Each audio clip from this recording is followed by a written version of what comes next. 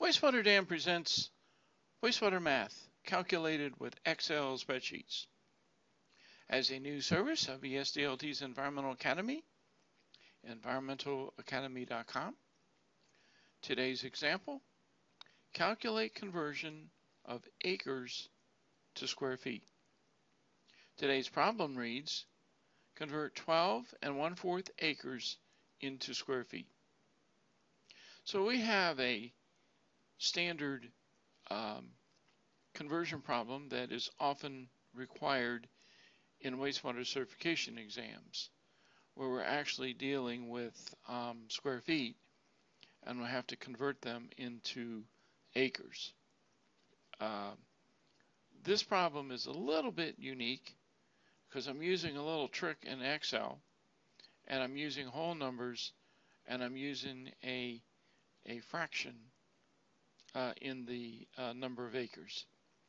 And I'm going to show that Excel actually allows you to enter a fraction, and it automatically calculates it correctly in the formula. So first of all, let's look at the formula. The formula says square feet equals the whole number of acres plus the fraction of the acres times the conversion factor from a number of square feet in an acre, which the numbers then will be 12 plus 1/4 plus 43,560.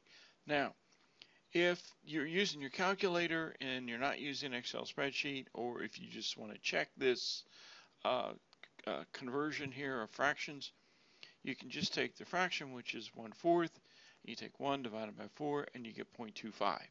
So you can put a 0.25 in the formula if you want, or you can put 0.25 in your calculator if you want, and either way, you'll end up with the same set of answers.